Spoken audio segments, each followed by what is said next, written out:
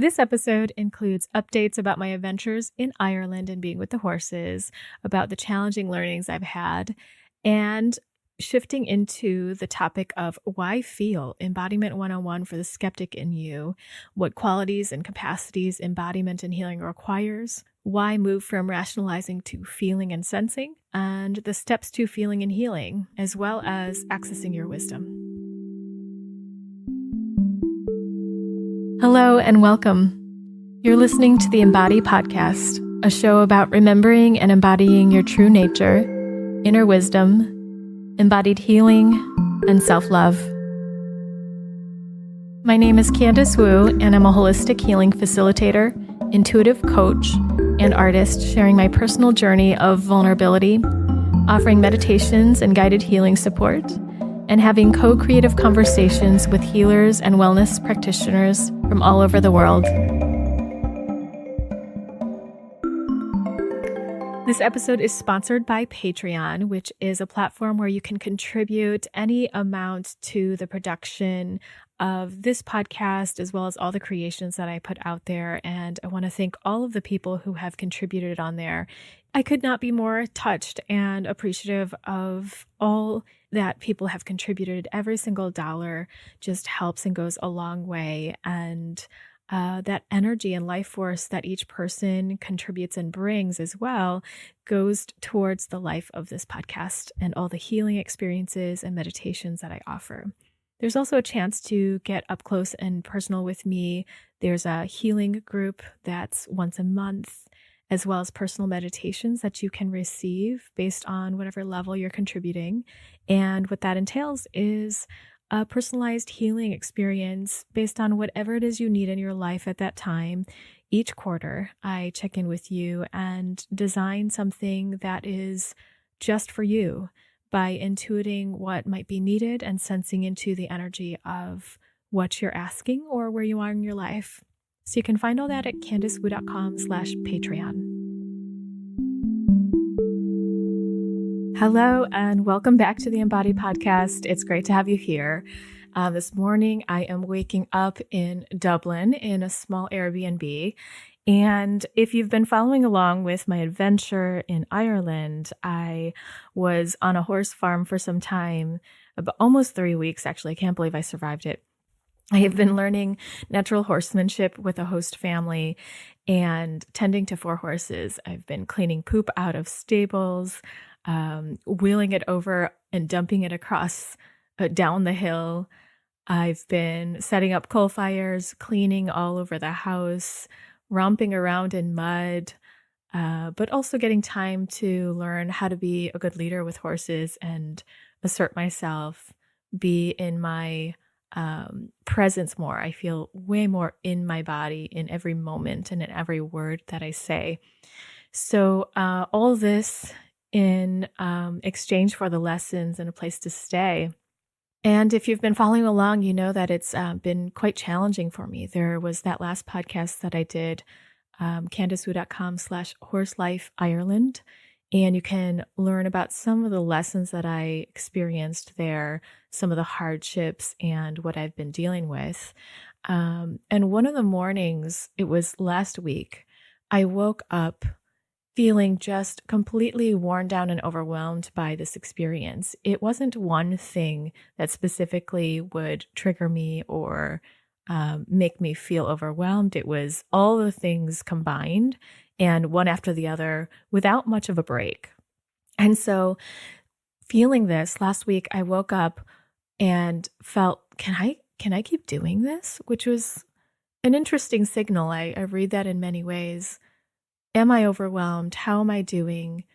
Or am I just getting activated and need to work through something that is presenting a challenge? Or is it both? What combination of both? And so with this worn down feeling, I walked outside to get the coal for the coal fire that morning. And suddenly it just struck me as I looked out in this beautiful landscape. It had snowed and it was completely peaceful and quiet. And the sky was just this beautiful periwinkle color. And it completely spoke to me, looking out across the mountains. They call them hills in Donegal. because they're not that big, but coming from Michigan and Chicago, I call them mountains. So it just radiated this feeling of safety and nourishment to me. The feeling of, I've got your back, says the earth. And it reminded me that all is okay. And knowing what I know from somatic experiencing and family constellations, feeling that for that moment and staying there longer and breathing it in and letting myself feel into my body. What does it feel like to feel this safety again and this beauty? Let it touch my heart and into the spaces that I felt grief and dread and sadness and all sorts of other emotions. And as I did that, those emotions started to move. And what happened inside is that my nervous system started to feel safe again. It started to feel supported and therefore able to release some of what was held on the inside, what I couldn't move through when I didn't feel as safe in my body. This led me to thinking that the more that we have around us and within us that we can resource meaning draw in for ourselves to feel safety, love, or peace, or any feeling that we want to feel, any energy that we want to cultivate within ourselves and access, the more we have within us and around us that helps us get there, then the more we are embodied and the more content and easy life is altogether, the more inner freedom we actually have, because the things that are outside of us can bring us even more joy and safety.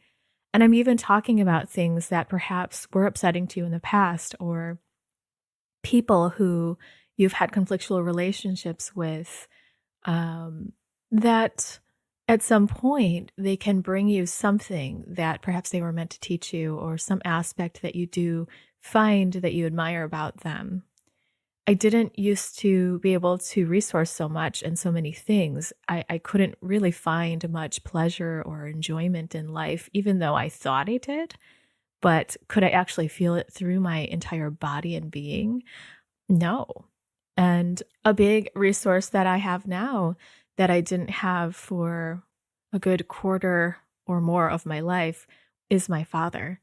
He was a huge trigger to me. Our relationship was absolutely conflictual, and some of the early traumas I've had relate to things that we experienced together, some emotional abuse and neglect, and this was pretty much all I knew of my father. And I had to have other resources, people, experiences, support, therapy, those other resources to get through the ones I had with him.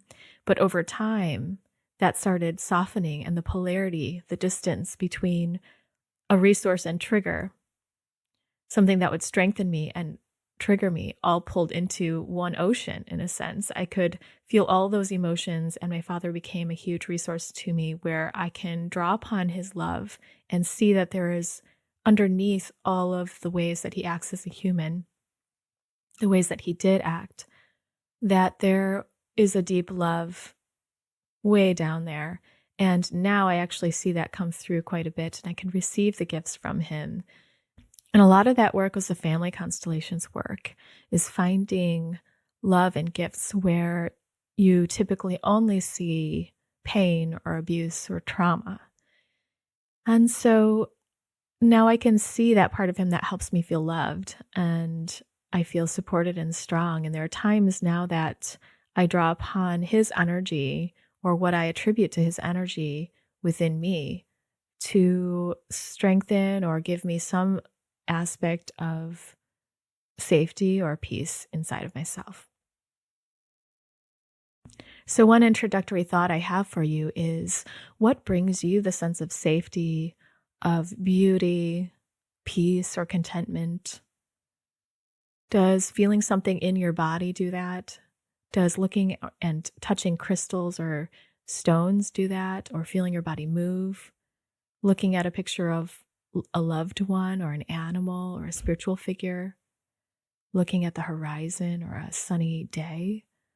What brings you into the feeling of embodiment and that you can release because you feel safe again.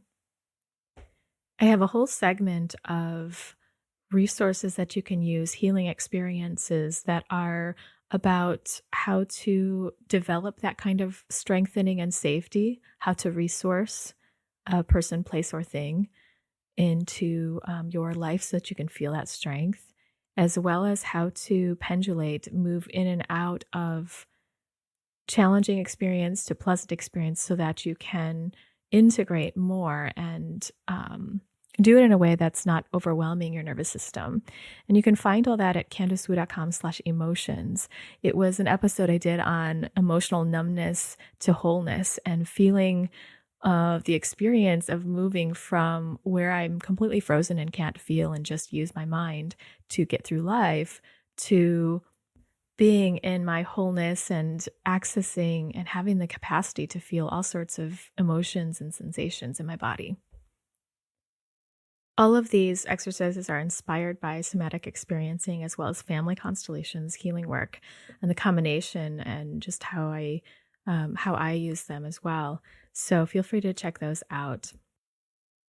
So this is one part of the topic today. Why would we feel our emotions when they're challenging to feel? What is the benefit? And especially to somebody that feels skeptical about feeling in the body and the sensations in the body, as well as emotions, what purpose does it serve? And with my example here, there's a bit of that revealing itself that when we can resource something and feel into its pleasure, we can really fully take in its pleasure and feel that through our being when we are accessing the ability to feel, when we're able to have the capacity to feel that, rather than things being a mental experience, it's a full being and body experience.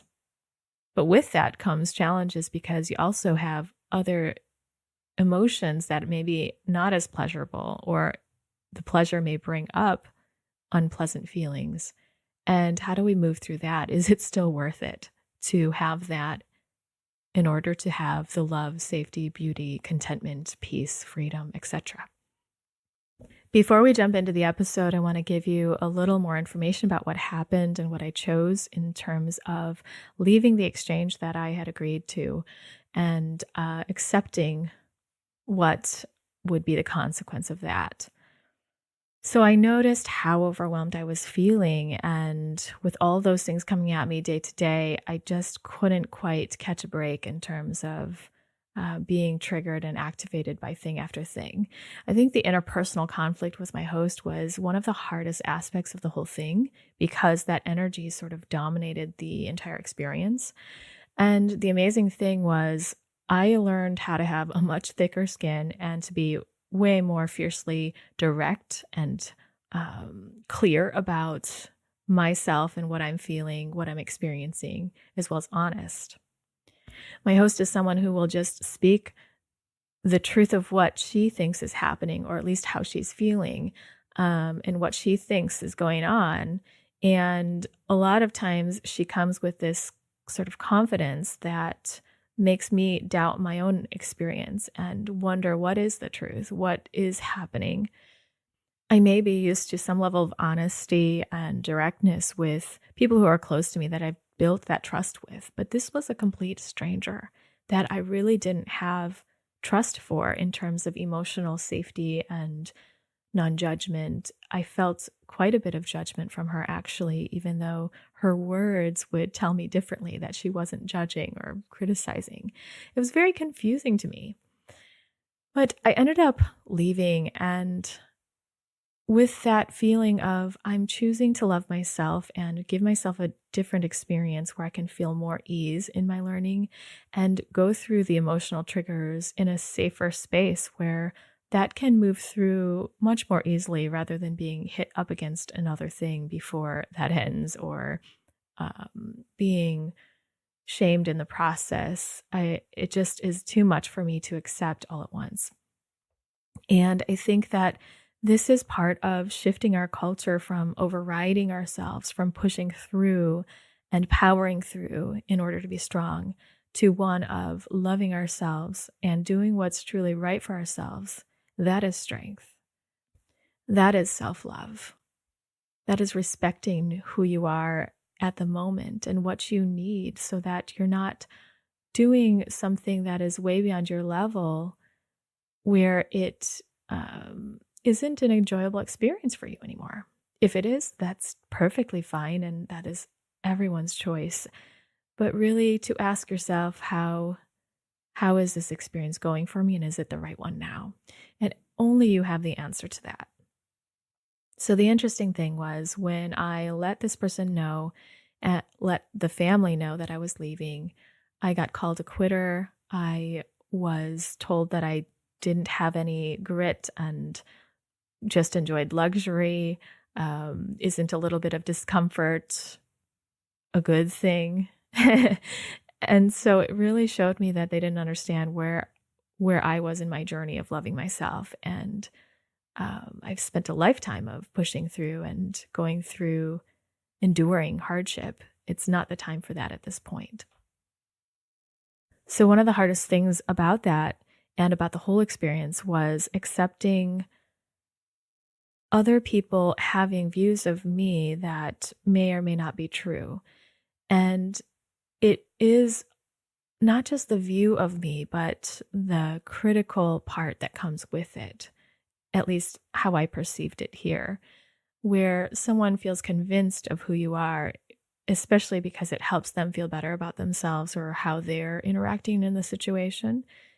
And it leaned towards gaslighting. Sometimes it was outright gaslighting, where everything that I brought to the table was turned against me or manipulated in a way that made me be the one that is constantly wrong, or the rules are changing and now it's this that we're looking at. So changing the subject and changing the experience of what we're talking about. It's all very confusing. I get very triggered by that because my young life entailed a lot of gaslighting and manipulation, and I couldn't quite sort that out. So as you can see, these experiences were quite triggering for me, and I did work through a lot of them with my host and found a lot of common ground, which was fascinating. I found a lot of growth, found different ways to assert myself and work with that, and also ways to love myself aside from the interactions. But the feeling that I'm not going to argue or fight for every point to be heard from my perspective and other people to understand exactly what's going on for me as I see it, and letting them have their idea of me and not be bothered by that, that was something I was working on. So that's why I'm in Dublin at the moment. I'm heading out tomorrow morning back to Michigan and going to see my family for Chinese New Year and enjoy some time to regroup, to process what's still left behind here, to enjoy things and to get back in touch with comforts that I enjoy and other relationships that I want to connect with. So to conclude this experience with this host, I noticed a lot of righteousness, arrogance, gaslighting, and manipulating. And when I say that, I do that only to sort out the reality of what was happening and what I can name so that I can look at my own reactions to that. So I can see, oh, that's what that kind of experience is outside of me. That's what's happening at me in a way. And how am I relating to it? What am I getting triggered by? Where do I find a loss of my empowerment or assertion and perhaps abandon myself or manipulate myself or believe the manipulations? And all that is leading up to this podcast as well. Why be integrated and why sense what's there?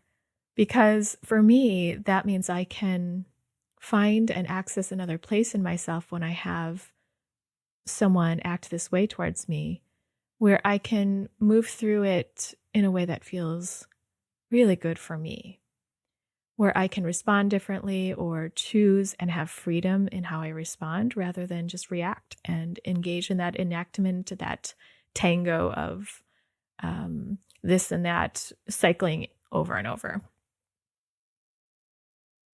I also felt aware that I didn't want to develop more resistance towards people who have those qualities, because compassion is really seeing where that is me, where I have those qualities as well, or how I relate to the other side of the coin of those qualities, and finding the understanding for perhaps why we would need that emotion, energy, or way of being, and walking away with respect and love versus walking away out of a reaction of anger.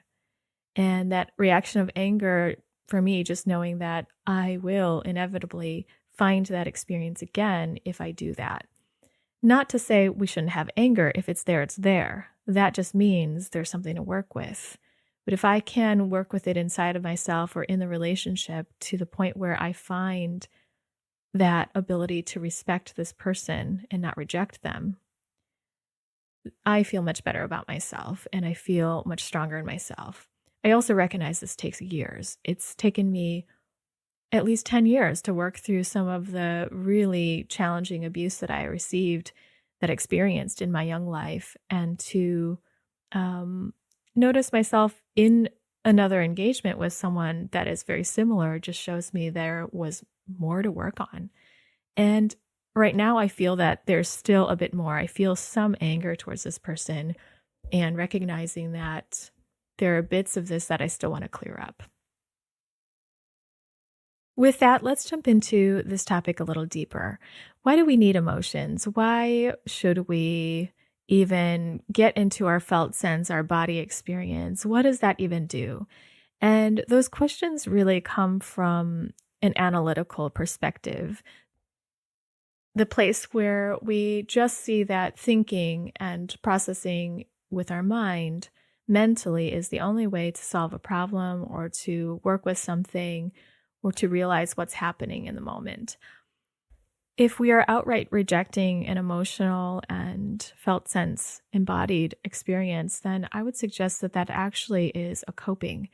It's our body saying what we feel inside is way too much or out of control and unknown, and therefore I'm going to send my energy up to the brain. That inflammation, that felt sense brings heat and emotion. Then that energy goes up to the brain, up to the top of our body to process and to control it in some way that we can rely on. The rational mind, we can rely on that, right? If we think this through enough, we will get something out of it. We will be able to survive this.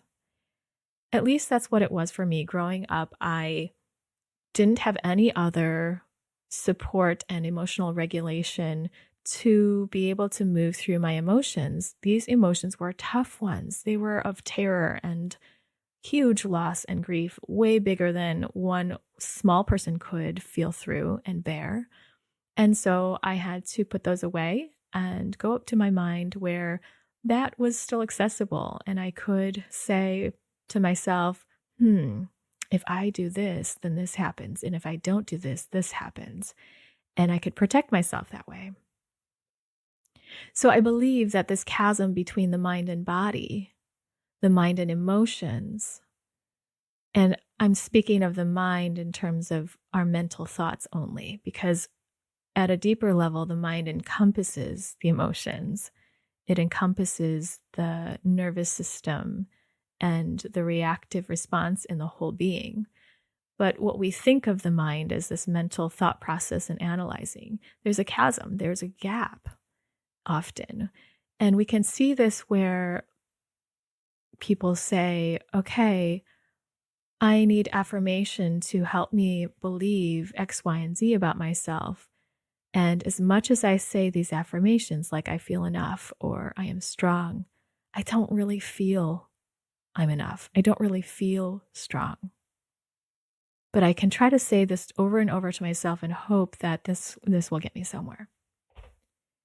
I'm not saying that affirmations don't work at all and they're bullshit. On some level they are. But on another level, if they can touch into your being, if your body is prepared to move through the emotions that don't align with that, if it can move the energies that are not aligning with I am enough. Then you have transformation. Then you have the integration of that belief and you start to feel I am enough, not just think I am enough, right? I am enough. Let me try to get evidence for that. I am enough because X, Y, and Z. When you truly feel enough or strong or beautiful or empowered, whatever it is that you want to believe about yourself, we don't need evidence to prove it to ourselves. We just feel it. And that's part of why being in our body, being in our emotions, being able to have the capacity to feel through things is important because we want to feel that. Just like when I was saying about resourcing that scene that I was looking out at the mountainscape and the snow, to be able to feel the enjoyment, not just think, oh, wow, that's nice. I think I'm enjoying this. Well, do you know you're enjoying it? And so being in our felt sense helps us do that. I'm just laughing to myself at the moment because we are talking about this, and that's all through a mental process. That's a conversation of words. It's not an experience where you're actually feeling unless you're tuning into that yourself on your end. So I encourage you to do that as you move through this podcast. If you're listening to the rest of it, or if you re-listen to some pieces, is feel how this affects your body. Feel what emotions come up as I talk about certain things, or what images and memories come up to you. And later in this podcast, I'll talk about the 101 of feeling in the body and the menu of things you can tune into that are happening inside, just so you know what's on the menu and that you can spot things when they come up. Because that's one of the things that really I struggled with is, well, how do I know what's going on? I like being completely analytical for a good chunk of my time in life. I just had no idea what I was even looking for.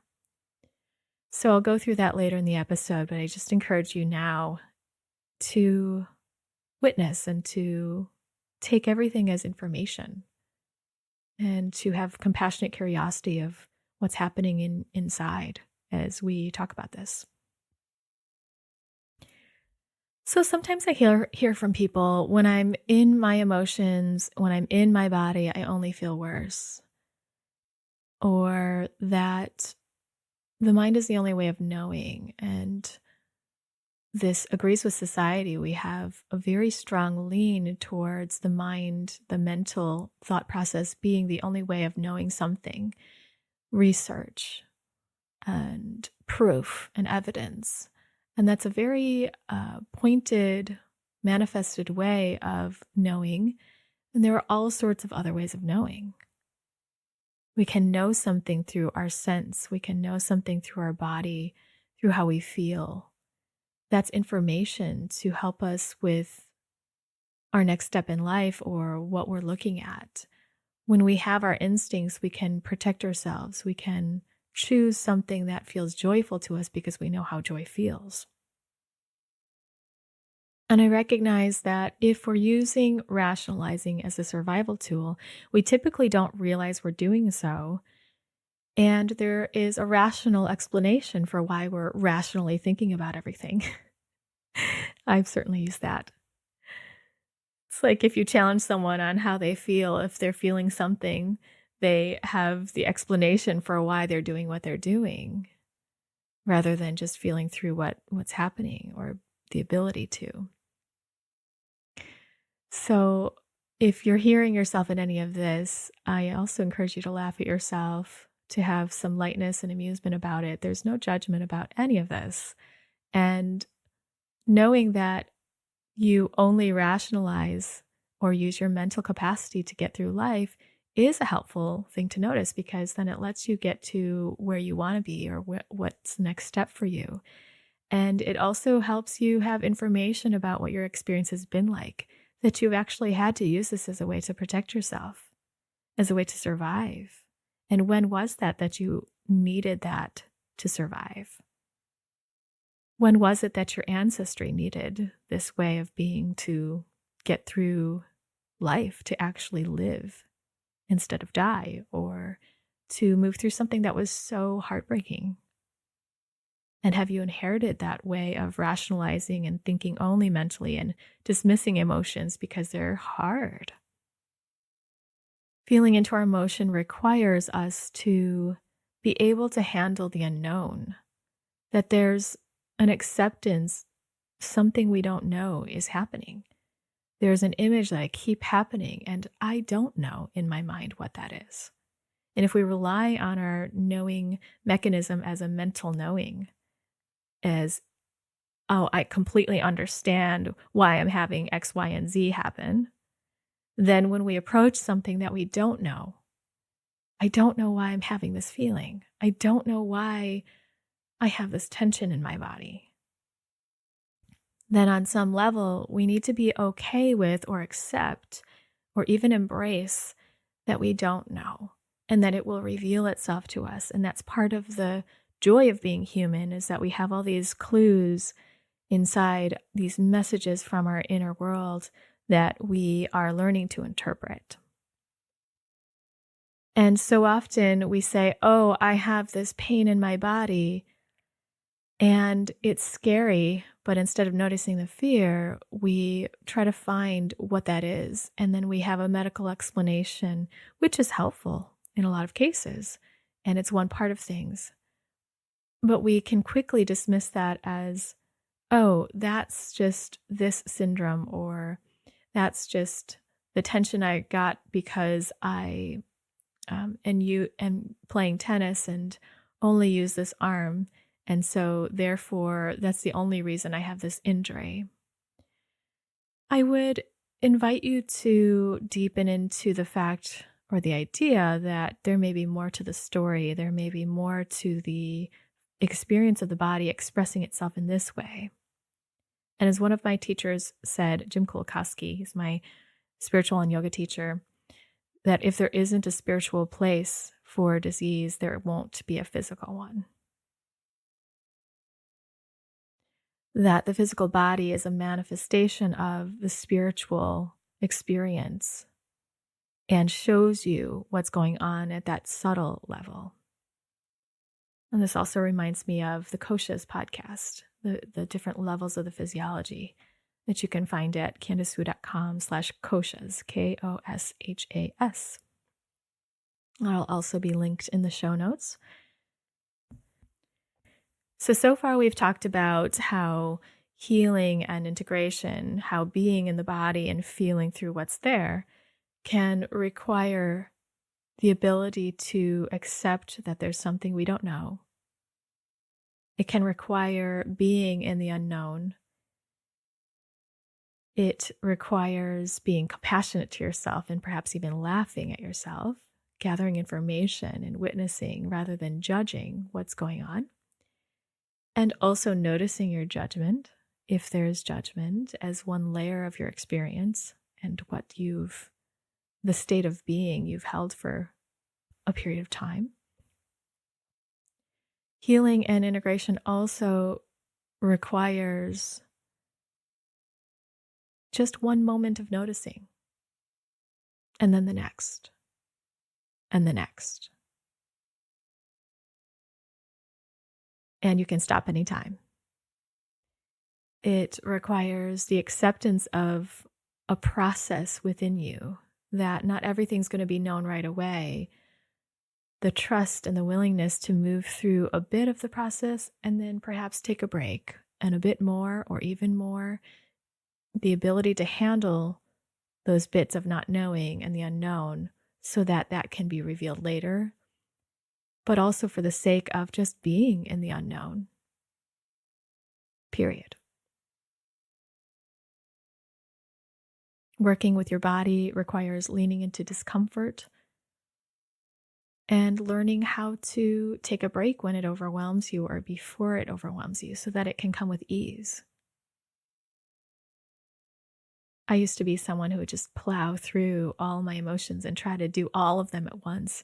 And I learned that that was just another way of me trying to cope and me trying to prove myself that I was strong.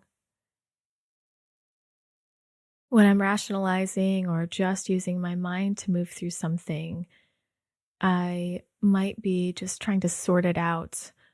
Like, what should I do? Is this true? Thinking about it, thinking about it.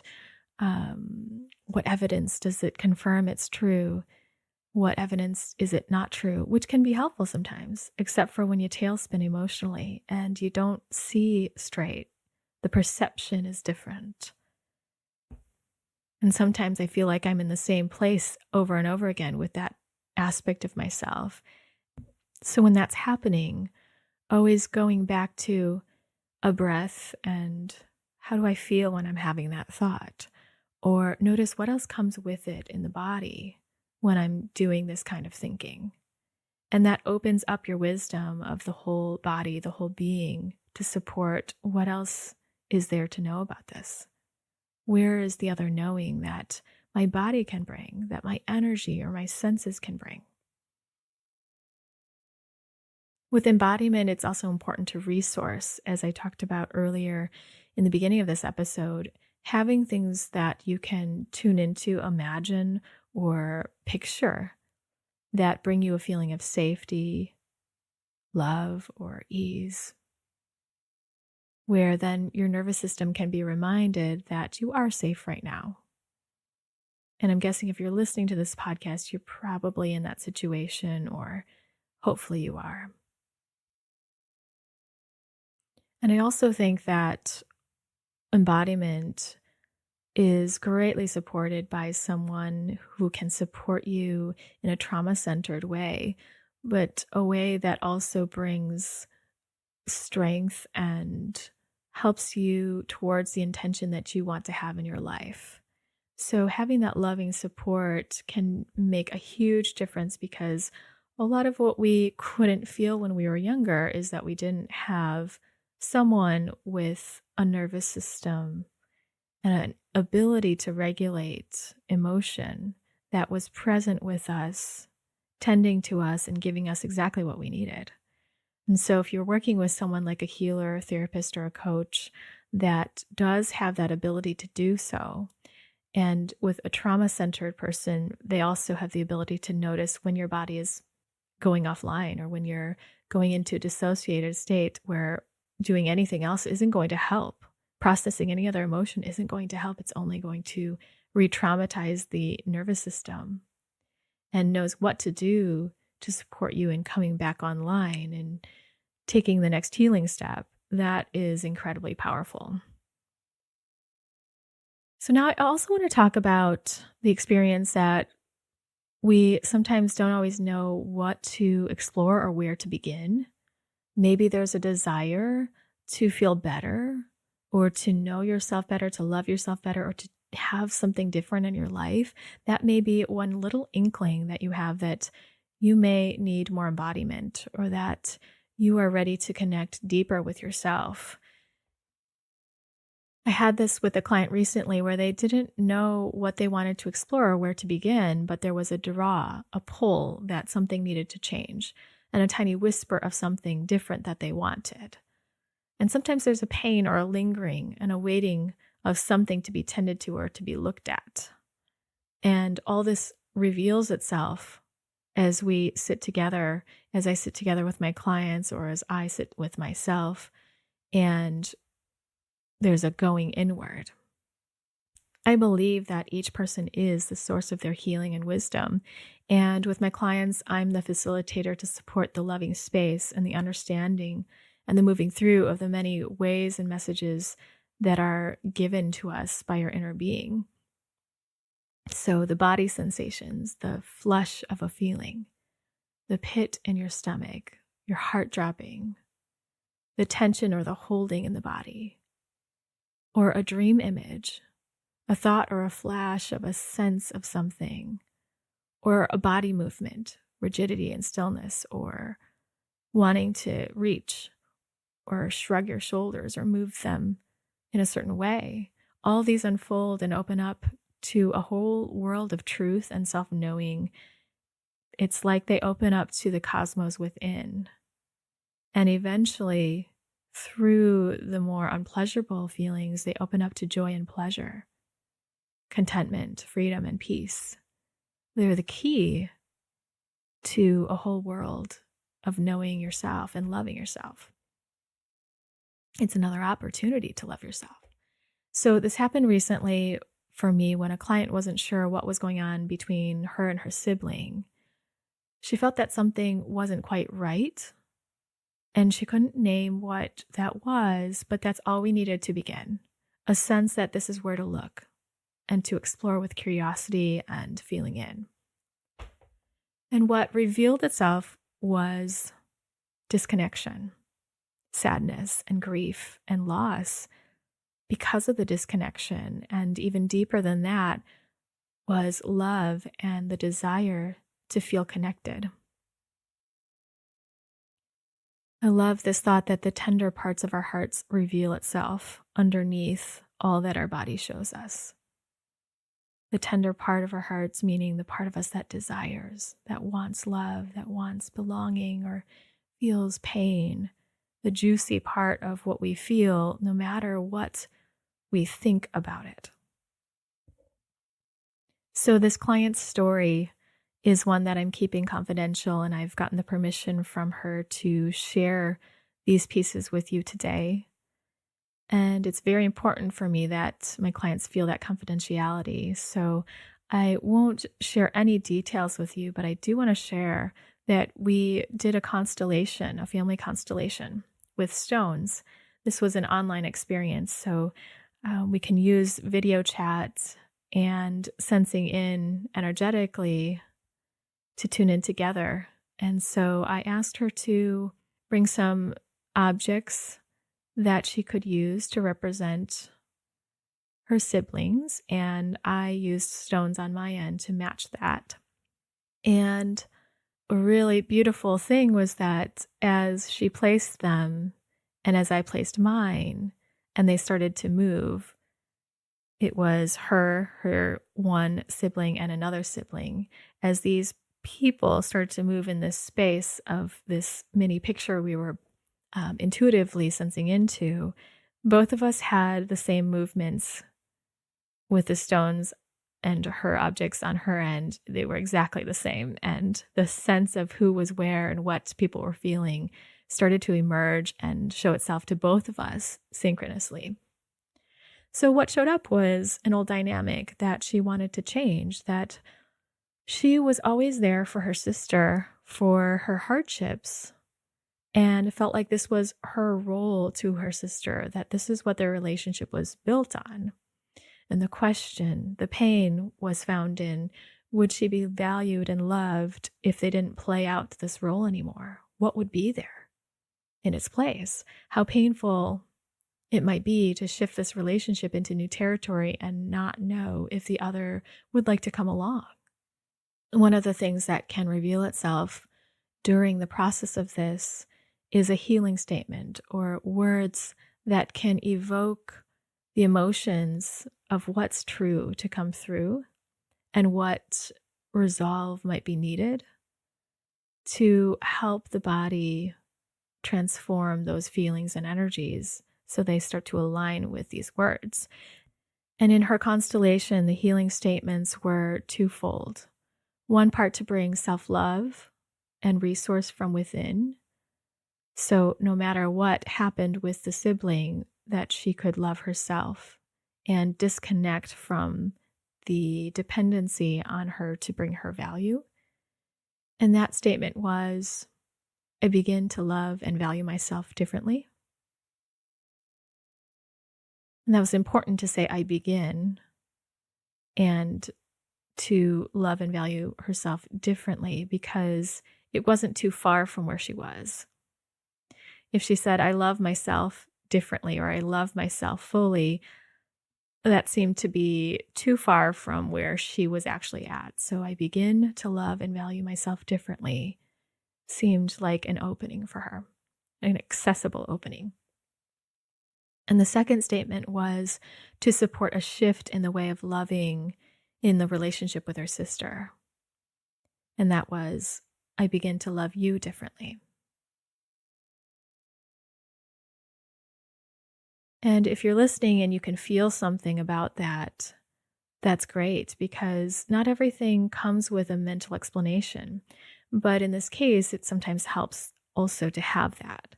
I begin to love you differently, meaning loving before was to be there for all of your hardships, to be there for your beck and call, and for you to rely on me and depend on me so that I could be loved too. And if I begin to love you differently, I can love you and not be there for all your hardships. I can love you differently by enjoying time with you, by seeing you in your life or hardships or joy. It opens up the space of loving someone in a different way than you used to. And also to point out that was a way of loving. So I want to end this podcast with a couple of things. It's not easy to feel sometimes. It's not easy. The feeling through emotions and energy is what transforms and what changes things on the inside and out. And the awareness of this is what moves it along naturally. Just being aware and noticing one moment is what helps things move.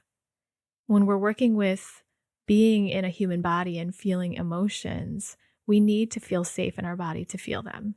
There are tools to do that, and I support my clients with that, with somatic experiencing, with constellations, with just feeling into strength. And there are plenty of people out there that can also be your support. So if you're doing that, that's fantastic. Sometimes we need a break, just recognize that. But if you're someone who is ready to open up to that, go for it. It can change the world inside of you.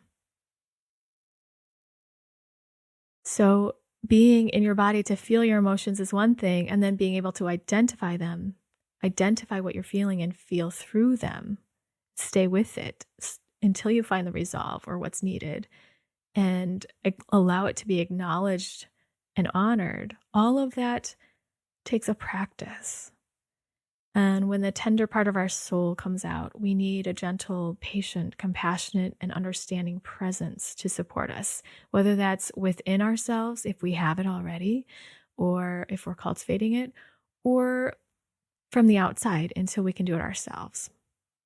So someone who's done their own work, someone who has developed the capacity of their nervous system to be able to hold someone else's discomfort with them, that they have the lived experience to hold space with someone that has and is moving through their discomfort. That's what we need so we can build it for ourselves. So just to clarify, these are some of the steps of embodiment that I want to name today. And step one being the desire for feeling more, or to move through your life with more ease, be more like yourself. A desire for anything that's not what you have right now in terms of who you are. Number two is safety in the body, a relationship within or outside of you that brings you safety and the ability to cultivate that to resource yourself. Three is the ability to stay with what you're feeling and move through it, to notice and allow, to know when to stop and take a break and pendulate, meaning to come back to safety and away from the challenging emotion or felt sense. And four is recognizing and identifying emotion or sensation, feeling into the colors and the picture that comes up or the size of that emotion in your body. Five is allowing organic resolution, movement, or impulse aside from real life, but in the body now as you're processing it and being with it, allowing that organic movement to come through, letting your body be congruent with what you feel. Number six would be, for me, having aha moments of clarity and insight that you can apply to your real life situation, when the body comes out of fight, flight, or freeze state, a numbness or dissociative state, when you come back in your body with the wisdom of your body accessible and safety, you have more capacity to see, to think, and to notice more possibility. So start anywhere. The analytical mind might think, I don't know where to start. Where should I start? How do I do this? And try to find the answers and the solution, but that that may be exactly it. Just start by noticing what you feel when you have that thought. If you continue on that line of thinking, you may be just continuing to say, I don't know, I don't know, I don't know, which is denial of what's there beyond the thinking knowing. So the last thing I want to share today is feeling 101, sensing 101. How do you get in the body? We don't always have to be still or quiet our mind, as meditation or some myths of meditation might tell you. Quieting our mind is a result of witnessing and allowing. So what we really need is to witness and allow what's happening, at least until we've healed enough, and enough of what wants healing within us does resolve. Then we find stillness, then we find quiet. However, you can find a moment of quiet in terms of stop doing the things around you, stop moving around by doing, but just bringing your attention inward and having a quiet moment with yourself. That's a great way to start witnessing. So in this next couple of days, I actually want to offer a couple of introductory embodiment experiences. So please join me in the healing experiences and meditations this week. One of the healing experiences will be providing you a menu of all the things that you can feel inside when you're tuning inward. When I first started feeling inward into the body, I had no clue what I was looking for, what I should or could be feeling. So I decided to create a menu of what one could look for and sense into in the body so that you can begin to be more embodied. And if you are more embodied, you can heal what's there inside. You can feel more grounded and centered in yourself.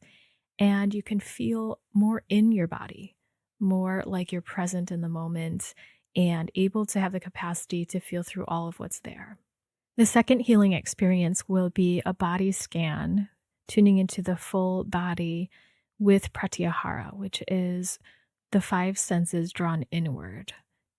I'd also recommend a couple of healing experientials that are already out there on the podcast, as well as on the Sound Sleep album. The first one is Resourcing Safety and Grounding, which is episode 24A. You can find that at CandiceWu.com/emotions or CandiceWu.com/EP24. Resourcing safety and grounding is about tuning into something that can bring you safety and strengthening, which increases your capacity to feel anything. So when we feel into something pleasant, something life-giving or providing us love, then we turn on our body in ways that help our nervous system to feel more and to be able to go into harder feelings, whatever feelings are existing or that you want to heal.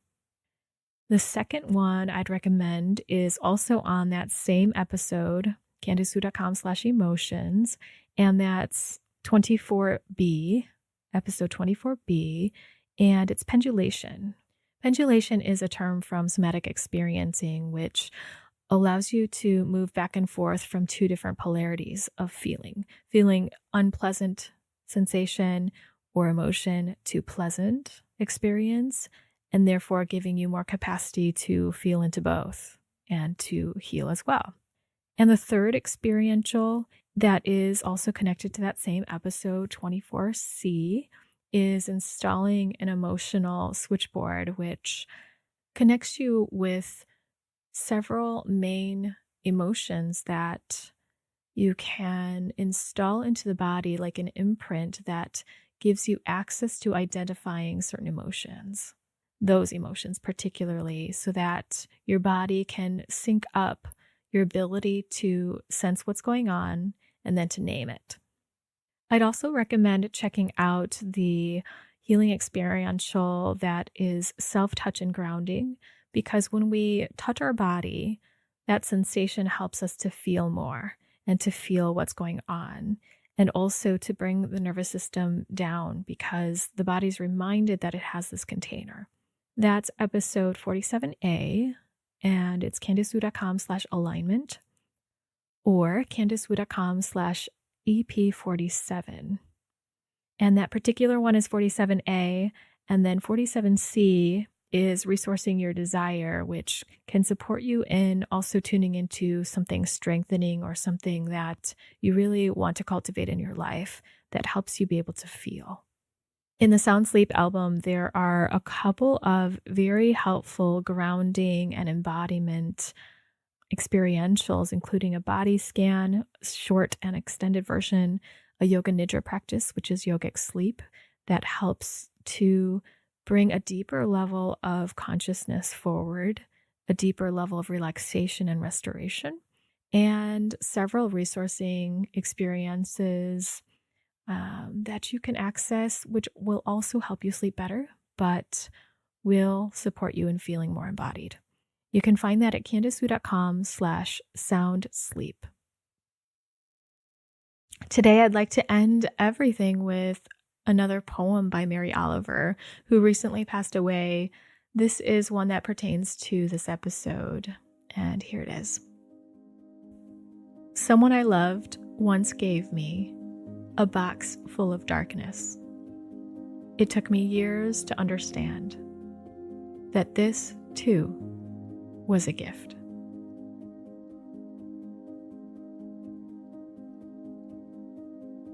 So as we end today, I encourage you to just take a couple of breaths and notice these breaths. Notice what you might have taken in through this podcast, what might be helpful to you now, and what's not helpful to you now.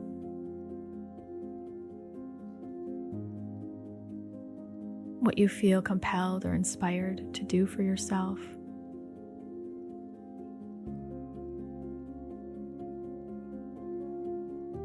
And what that tender part of your heart calls you to do or tells you right now.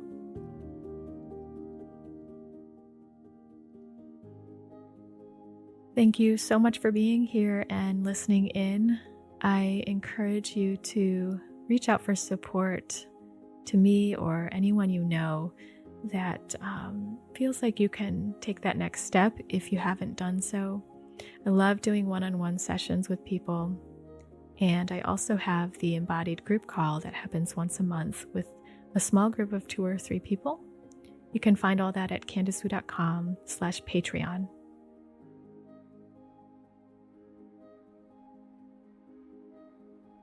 And before you go, I'd like to invite you to join my bi-monthly newsletter, which gives you updates about where I am, what I've been tussling with, the insights that come out of that, as well as self-love tips and self-love notes, events, retreats, and other things that come up. The most recent thing being the dream class that is on Skillshare, where if you're inspired to learn how to remember your dreams more, you can take this short class of 30 minutes that brings embodied ways to remember your dreams and how to just get with the basics of recording your dreams and harvesting them. You can find that at candicewu.com/dreamclass1, and for the newsletter, candicewu.com/embody. And with that, I look forward to seeing you next time on the Embody Podcast.